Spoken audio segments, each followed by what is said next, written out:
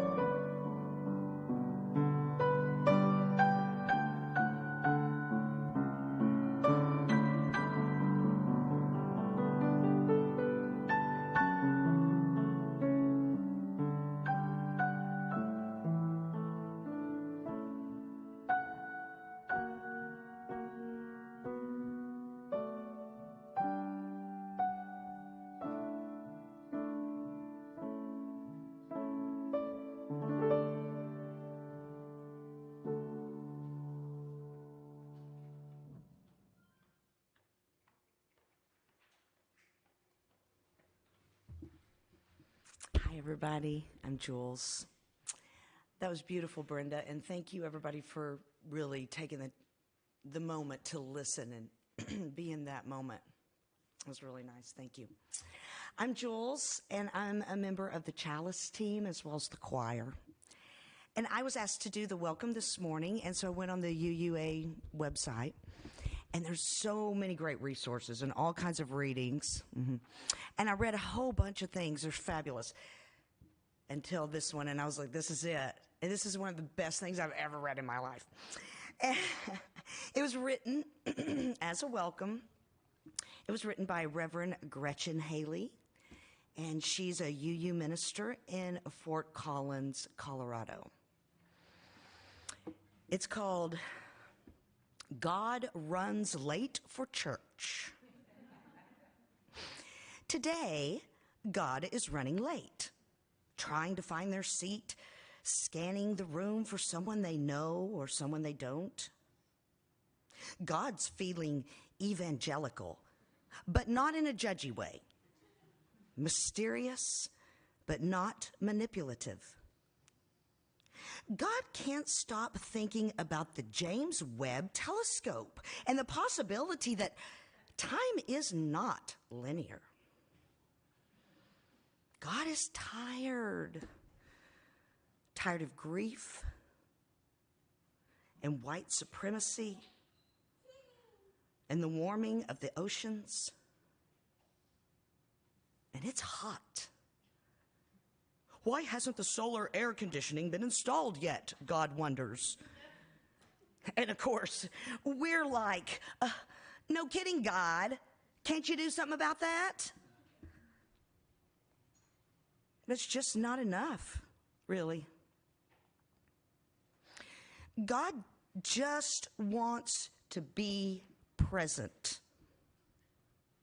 to stop worrying about everything, to sing, to breathe, to laugh.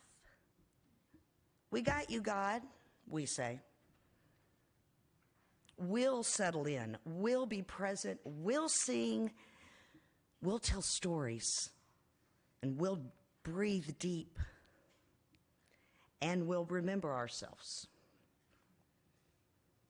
And we will offer whole galaxies of gratitude for all this beauty, for entire villages of people saying, "You are safe here." God and you.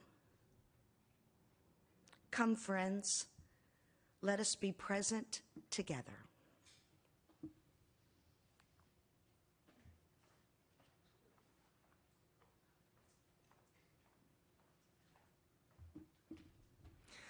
My name is Melly. I'm going to be the one speaking this morning at the sermon-y type time. I think Jules said just about everything that needed to be said.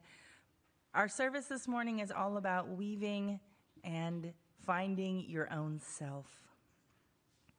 Sandra Day O'Connor said, "We don't accomplish anything in this world alone. Whatever happens is the result of the whole tapestry of one's life, and the weavings of individual threads form one to another, and that creates something."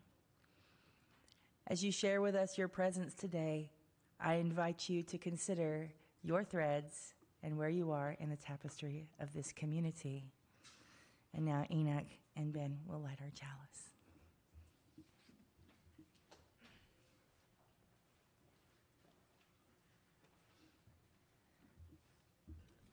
Please join us as we light the chalice.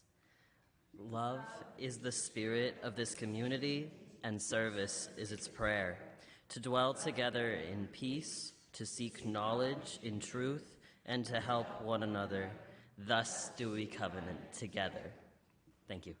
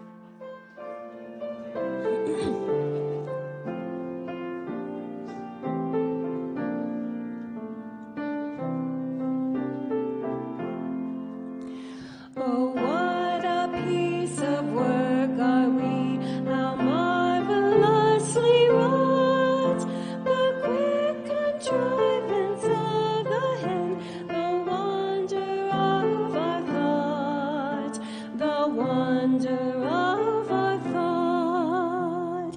Why need to look for miracles outside of nature's law? Humanity of wonder, with every breath we draw, with every breath we draw. But give us room to move and grow, but give our spirit play, and we can make a world of light out of the common clay, out of the common clay. Thank you. Please be seated.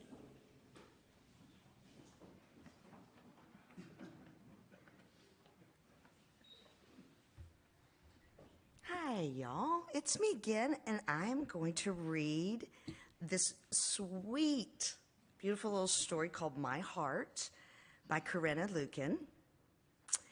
And I just love the beautiful illustrations in this. It's so lovely. My heart is a window. My heart is a slide. My heart can be closed or opened up wide. Some days it's a puddle. Some days it's a stain.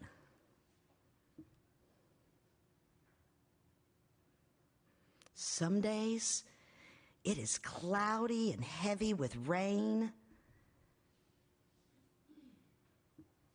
Some days it is tiny, but tiny can grow and grow and grow. There are days it's a fence between me and the world. Days it's a whisper that can barely be heard. There are days it is broken, but broken can mend, and a heart that is closed can still open again. My heart is a shadow, a light, and a guide. Closed or open, I get to decide. The end.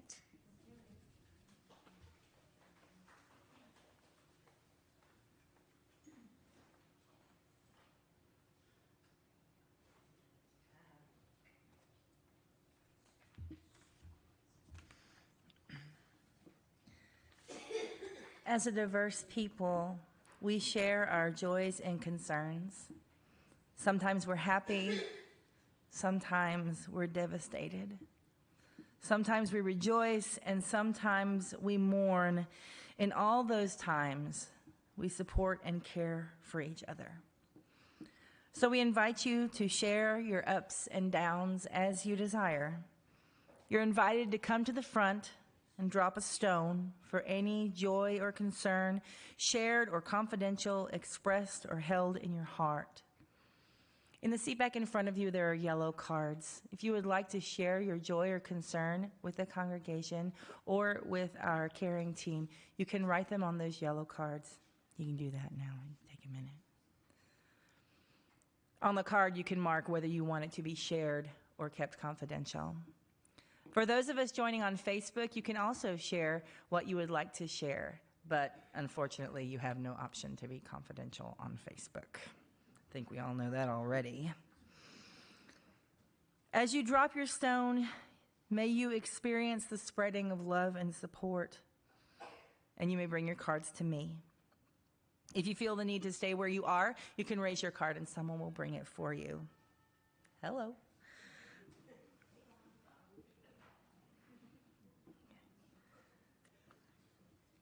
Now I invite you to come forward and bring yourself to the front. If you don't have a joy or concern to share, you can still drop a stone.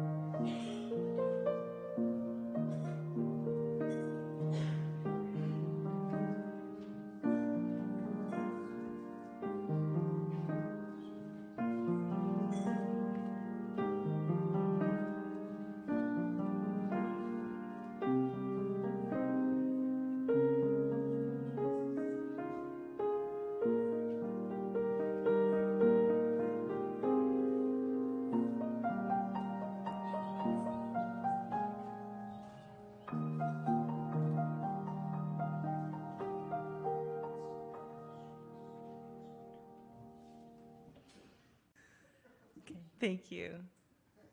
Now let us drop a stone for all the joys and hardships we've experienced this past week. And let us drop a stone for all the things that we will experience in the coming week. Thank you, Enoch.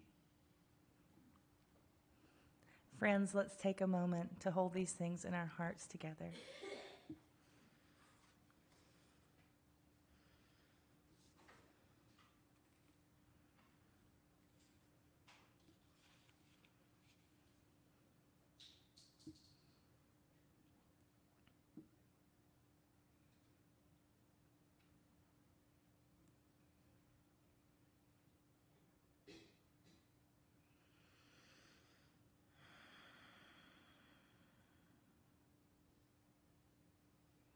Thank you.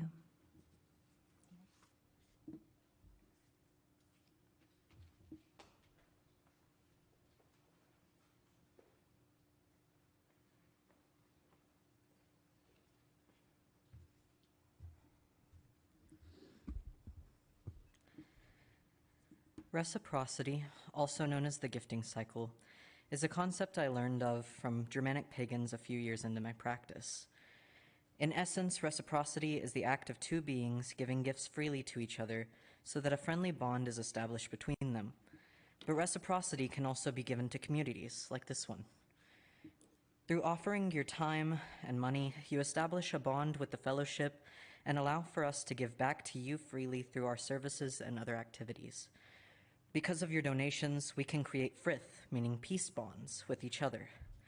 While the plate is being passed around, or you text your donation, or even at this time, if you have nothing to give, I invite you to think about what this offering will give back, what kinds of peace and community it will bring you. Thank you for your commitments. Without you, none of this would be possible. Thank you.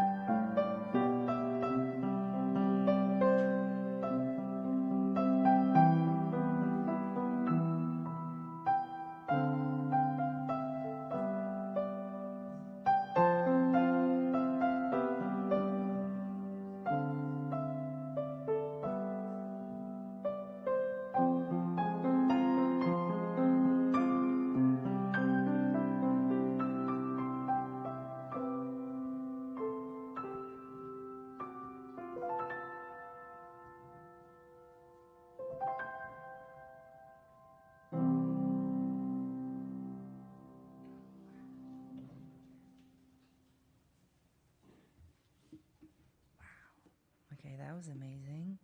If you haven't seen the film Howl's Moving Castle, I highly recommend it. It's an animated film by Studio Ghibli. One of the ways that it ties to this service is that the main character, at the very beginning of the story, she's like cursed, and she turns from a very young woman into a very old one. All the outside of her looks different, but she's still who she is inside. I love that choice, Brenda. Thank you. So when Fawn asked me, he's like, what is your topic for this service so I can get the thing done, because I'm always late. He said, I mean, it says Melly on the calendar, so is that what it is? Haha, I'll be really happy if it is. I'm like, yeah. Let's just do that. So that's what was there. On the front of your order of service, there's a picture. It's a needle with threads going through it. I am a textile artist. I do fiber arts. If you can see on the altar up here in front, the spindles are mine.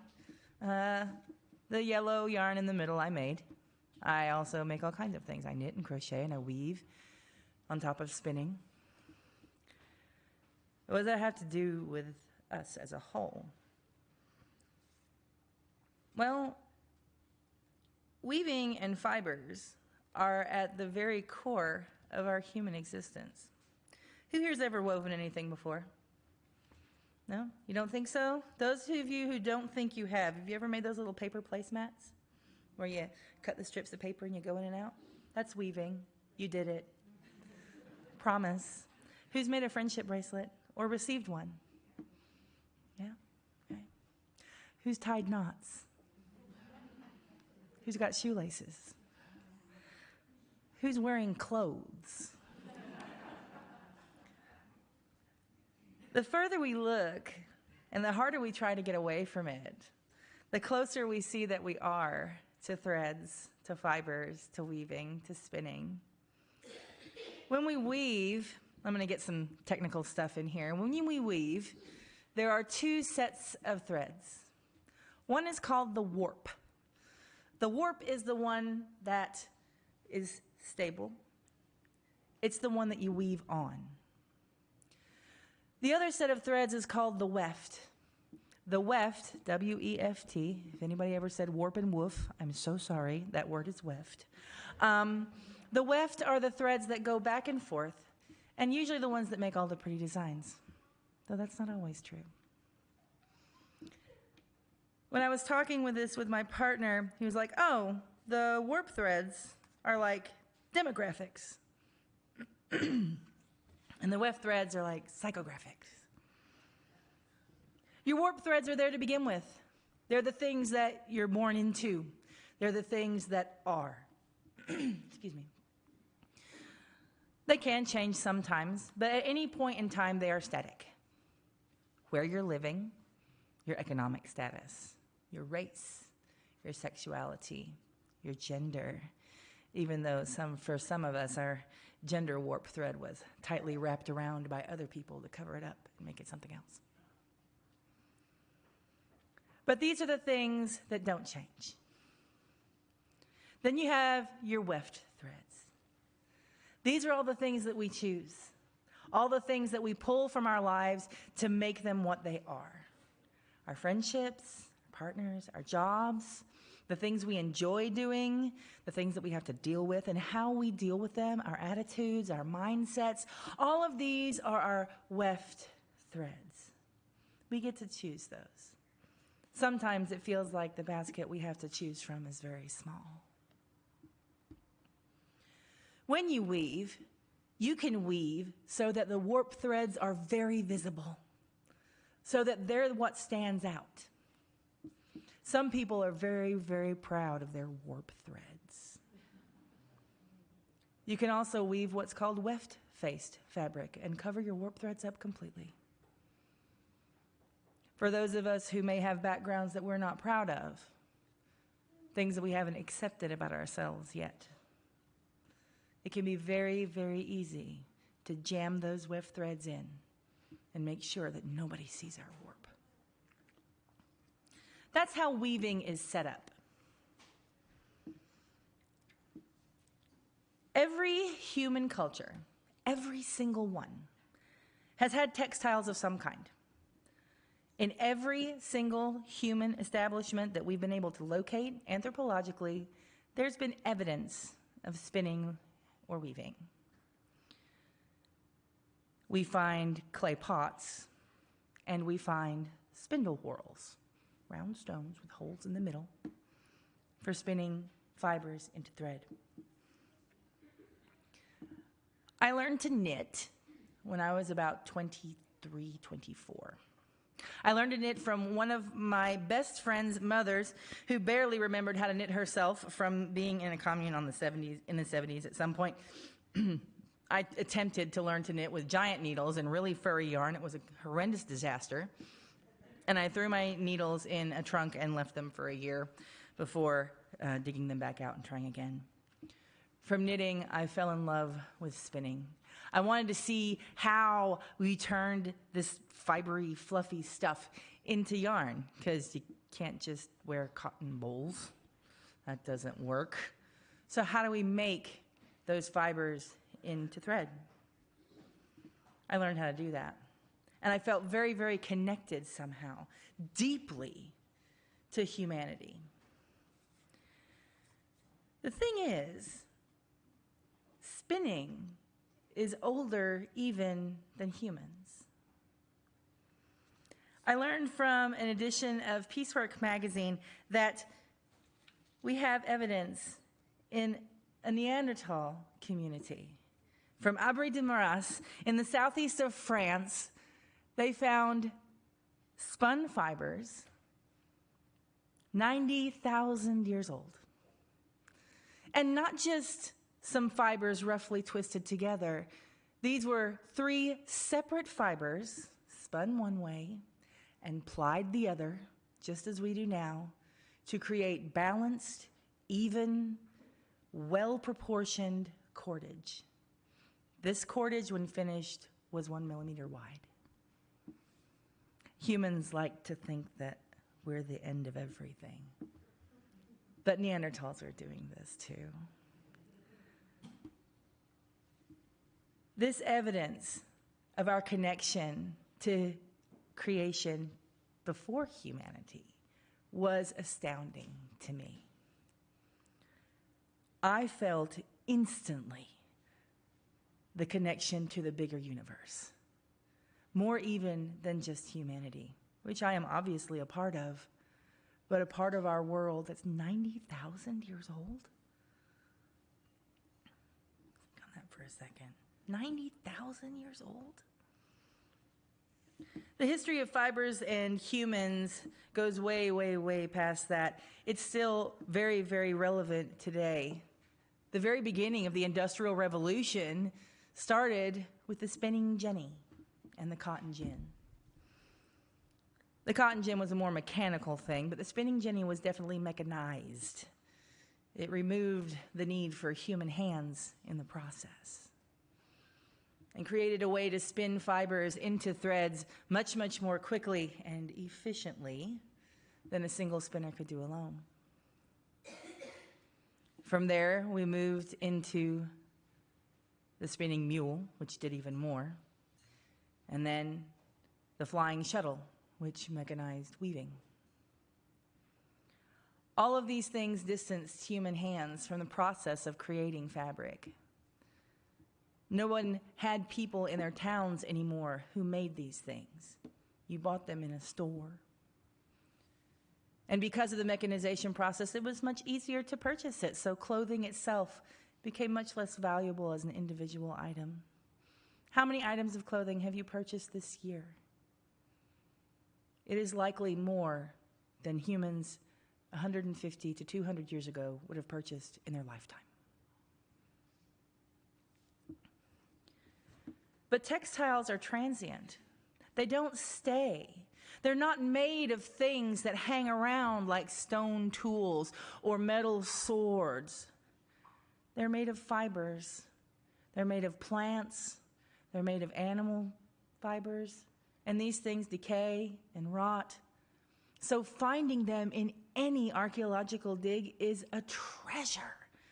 Bog bodies, these Neanderthal encampments, They are so rare as to be almost impossible that we discovered them at all. This problem is called the missing majority.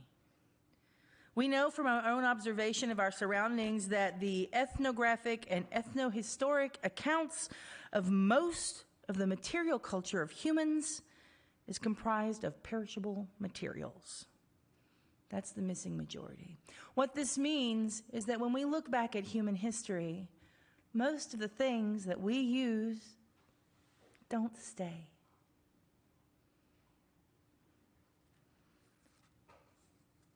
Even extant garments from 150 years ago are fairly rare. Victorian clothes, those of kings and queens from 1700s, these are precious, valuable things, but they do tend to be the possessions of the wealthy.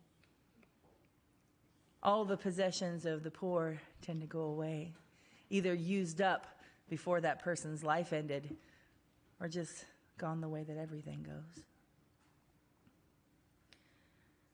When I took my first weaving class, I was in college. It turned me off of weaving for many years.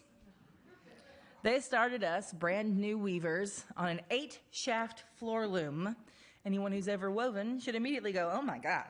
If you haven't, it's one of those huge contraptions the size of like 2 pianos. It's got all these moving pieces and a bazillion threads. It took us half the semester just to set up the warp.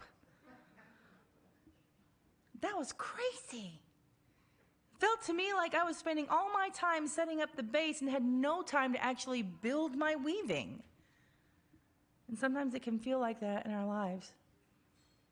We spend so much time trying to take care of those warp threads that we don't leave any space for making our weaving. We don't leave any time for creating our own existence. We spend way, way, way too much time dealing with what actually is the reality of our lives, the things we can't change. Another problem is that if you don't accept the warp for what it is, you will not be able to weave effectively. It's there, whether we like it or not. Whether it's racist grandparents, church traditions you were raised up in that affected your psyche, your sex, your gender, any of these things. They are what they are. If you fight with them, you're going to have a hard time weaving around them. Until we know and accept our warp, we can't really work with our weft. I think I didn't really start knowing who I was until I started working with fibers. I was always caught up in making something perfect, or feeling like I couldn't complete anything, or feeling like if I made something, it had to be useful. The reality is that most people who do fiber crafts these days, we are not creating things that are required for our existence. That's another separation from the weavers and spinners of the past. Those of us who spin and weave now, we do so because we want to. I don't have to sit at a spinning wheel or a loom to make clothes for my family. I like it though. When I was able to look at fibers for what they are, you can spin them better. Some are fine, some are fluffy, some are coarse. And if you try to use them for things they're not suited for, it makes things very uncomfortable.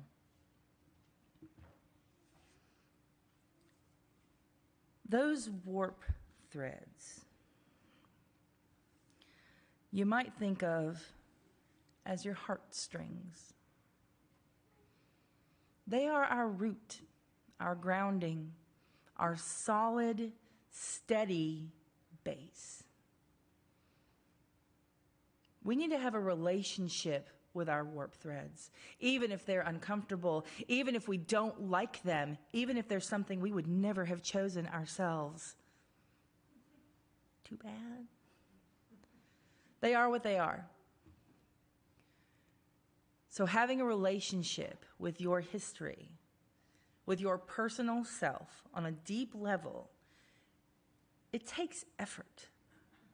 By the time we start looking at these things, part of our tapestry has already been woven. Most of us don't think about those kinds of things when we're 2, 3, 5, 7, 12 years old. You just go merrily along, throwing threads onto the warp, and there it is. You have, something. It's there. Sometimes by the time we start considering in a deep way, our warp threads can be very hidden. We have to dig for them. Sometimes we don't like what we find. And sometimes we find out why that part there was so hard every time you come to it. But you have to find it first.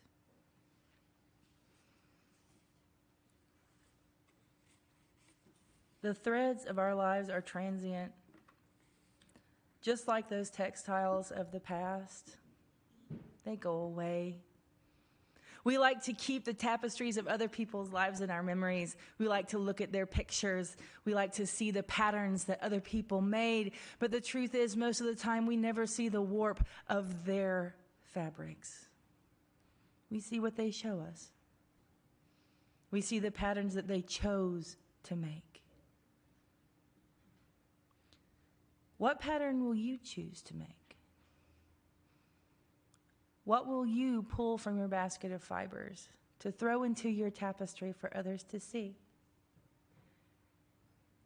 Will it be complex, well thought out, highly detailed?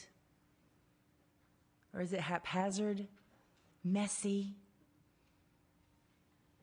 Sometimes both, usually a lot of both. But what we weave is what we show to others.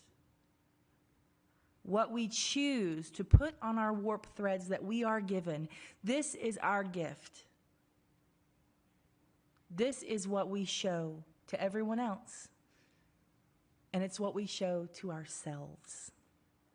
We look back on our lives and see what we have created. Sometimes we don't like what we have woven. But it's there already. We can change what we weave next. You can always choose new fibers to put into your tapestry of life. Always. These choices are yours.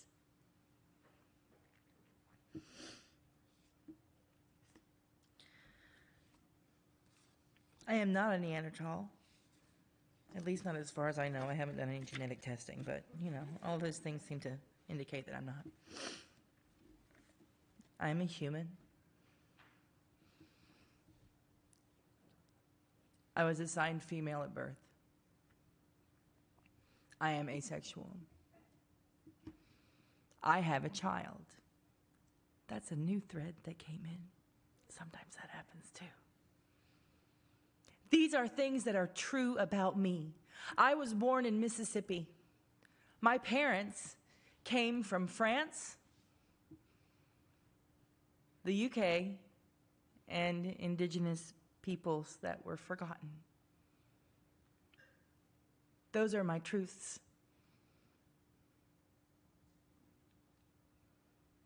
That's me. But it's not all of me. I am a partner. I am a friend. I'm a member of this congregation.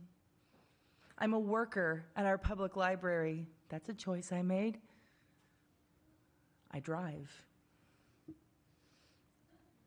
I create art. I sing. I raise my child. I have a dog. All these things are choices that I make to create the weft of my life, to create the rest of the tapestry that everyone can see, that I can share with other people, that I can share with the human experience. The cool part about all of our tapestries is that we also put our pieces into a giant quilt. All of our individual pieces fit together somehow into this giant quilt that is humanity on the planet right now. Every single one of your individual pieces of art is a precious square, and you get to make it. So what will you put in your tapestry? Where will your threads come from? What are you trying to hide? And what do you need to discover? Even in our normal everyday speech, the words of weaving and spinning and cordage are there. They were entwined. The fabric of our lives. Yeah. As you journey forth this week, take a moment to listen to the people talking around you and see how many references to fabric, weaving, textiles, threads, and all of these things you can hear. You might be surprised. And never forget to take a moment to step back and look at your own tapestry, because it's beautiful and it's all yours. Thank you.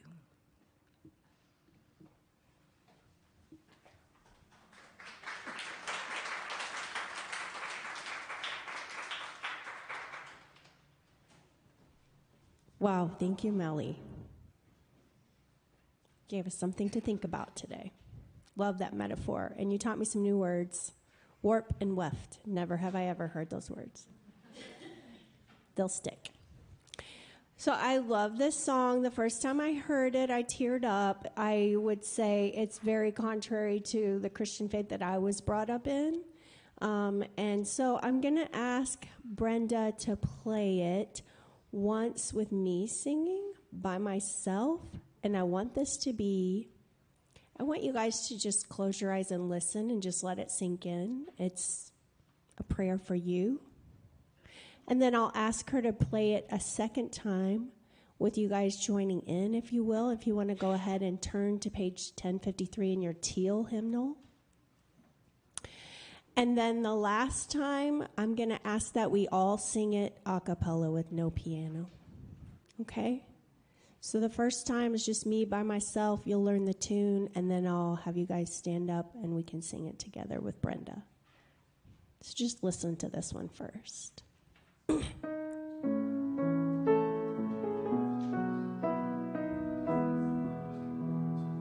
How could anyone ever tell you you were anything less than beautiful? How could anyone ever tell you you were less than whole? How could anyone ever tell you that your loving is a miracle? How deeply you're connected to my soul. Stand and sing with me if you will.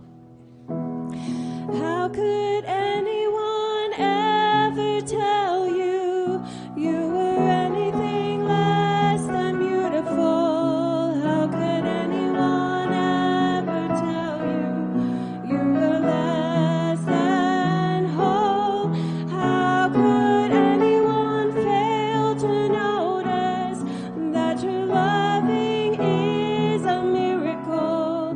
How deeply you're connected to my soul. One more time without piano, and I want you to think of this as a prayer to someone in your life who needs it. Might be to you. How could anyone ever tell you you were anything less than beautiful? How could anyone ever tell you you were less than whole? How could anyone fail to notice that your loving is a miracle? How deeply you're connected to my Gorgeous. Thank you. Please be seated.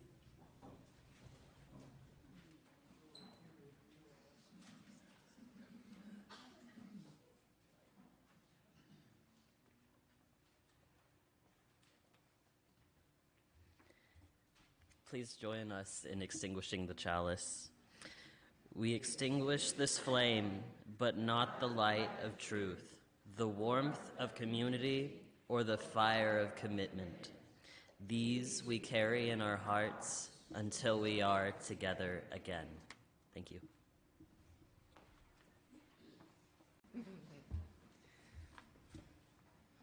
Our closing words today are from Tony Robbins. Think of all your experiences as a huge tapestry that can be laid out in whatever pattern you wish. Each day, you add a new thread to the weaving.